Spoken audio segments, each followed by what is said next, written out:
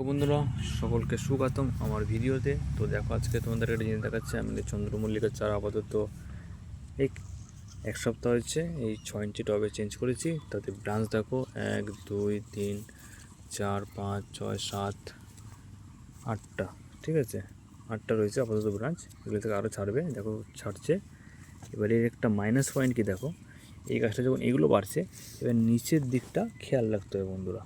এই যে নিচের দিকটা দেখতে পাচ্ছ, এখানে কিন্তু একটাও কিছু নেই, সব ভেঙে দেওয়া আছে। এইবার দেখো এর একটা প্রবলেম হচ্ছে, এই দেখো তলা থেকে, এই দেখো তলা থেকে এই দেখো এই যে চারা আসছে, ঠিক আছে। এইটা যখন আস্তে আস্তে বড় হবে না, তো এইটা নষ্ট হবে কি, সেটার মতো না। যখন শোয়ের গাছ করা হয় না, এই নিচে বা এই পোর্শন থেকে কোনো গাছ হতে দিলে হবে না, এইগুলো খেয়াল রাখতে হবে, ঠিক আছে। ঠিক আছে, এটা যদি হতে থাকে, তাহলে এর পোর্শনটা খাবার এ খেয়ে নেবে, এ আর বাড়বে, তখন এইটা নষ্ট হয়ে যেতে পারে, ঠিক আছে। তো এইগুলোকে আগে দেখবে, ঠিক আছে। এইগুলো পুরো একদম ভালো করে এইভাবে ভেঙে দেবে, ঠিক আছে। এইভাবে ভালো করে ভেঙে দেবে পুরো একদম নিচে থেকে, এই দেখো, ঠিক আছে, ভেঙে দেবে যাতে না হয়, এই দিকটা খেয়াল রাখবে।